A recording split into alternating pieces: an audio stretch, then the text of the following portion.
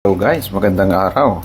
Magluluto nga pala tayo ngayon ng chicken boppies. Papakulo lang tayo ng tubig, lagyan natin ng dahon ng laurel, asin, isang kutsara lang. Tapos meron nga pala ako ditong balon-balunan at puso ng manok. Pakuluan lang natin ng mga isang oras yan at babalikan ko kayo mamaya kapag magluluto. Yan, magpainit lang tayo ng kawali. Lagyan ng mantika. Gamit ko nga palang mantika dito ay vegetable oil. Tapos lagay na natin ang sibuyas, bawang, luya. Halo-halo na yan.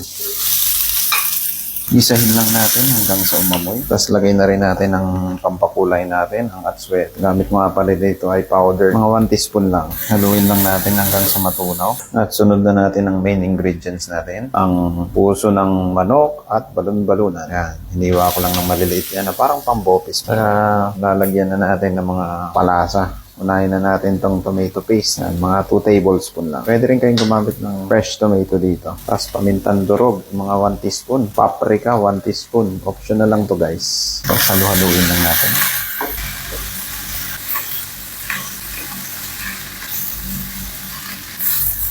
Lagyan na natin ng toyo, mga 3 kutsarang toyo. Suka, white vinegar to. At konting magic sarap, konting lang. Ayan, mga half teaspoon lang.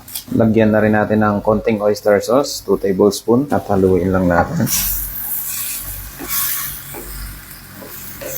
At ilagay na natin ang carrots. Sama na rin natin yung radish. Lagyan na rin natin ng 4 na pirasong laurel. Ayan, pagpatanggal lansa. Halu-haluin lang.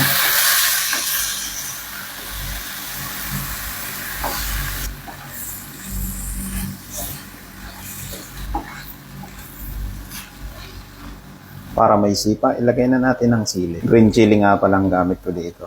Halu-haluin lang natin hanggang sa maluto ang mga gulay nito. Hanggang sa medyo magmamantika, saka natin titignan lang natin kung i-adjust natin mamaya. Tignan nyo naman, bopis na bopis ang itsura, di ba? Oh. Diba? Isa pa. Ayan.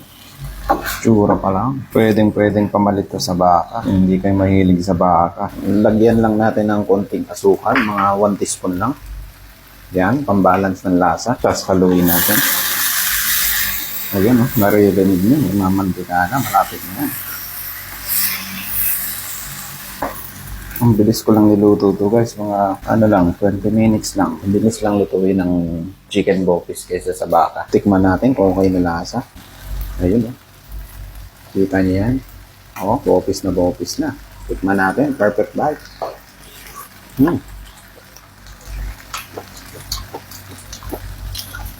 Tikman natin na may kanin yan.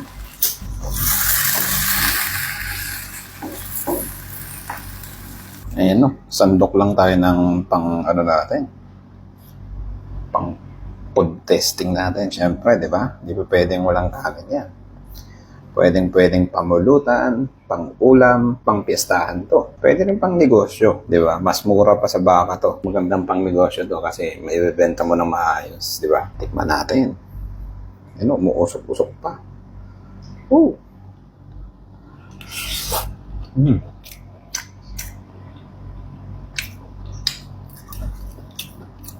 Spa.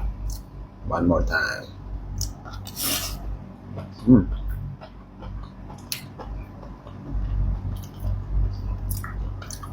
Sana matry nyo ito. Napakadali. Ang mahirap lang dito yung paghihiwa ng gulay at nung karne. At kung hindi ka pa nakasubscribe sa channel ko at nakapalo sa ibang social media ko, follow na para marami ka pang masunbaybay ang ganitong recipe. Di ba?